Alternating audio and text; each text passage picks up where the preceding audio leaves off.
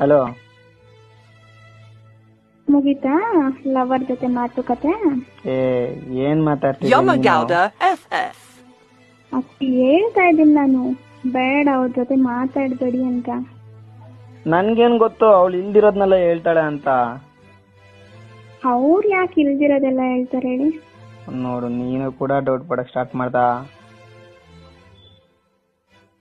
ನನ್ ಮಾತೇ ನಿಮಗ್ ಕೇಳೋದಕ್ಕೆ ಪೇಷನ್ ಇಲ್ಲ ಅಲ್ಲ? ಅವಳೇನೋ ಹೇಳ್ತಾಳೆ, ಇವಳು ನಮ್ ಕೇಳೋಪ್ಪ.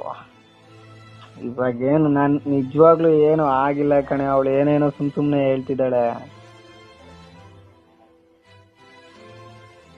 ಹಲೋ, 4 year ಲವ್ ಅಂತೀರಾ, ಏನು ಆಗಿಲ್ಲ ಅಂದ್ರೆ ಹೆಂಗೆ? ಲೋ, ನಿಜವಾಗ್ಲೂ ಏನು ಆಗಿಲ್ಲ.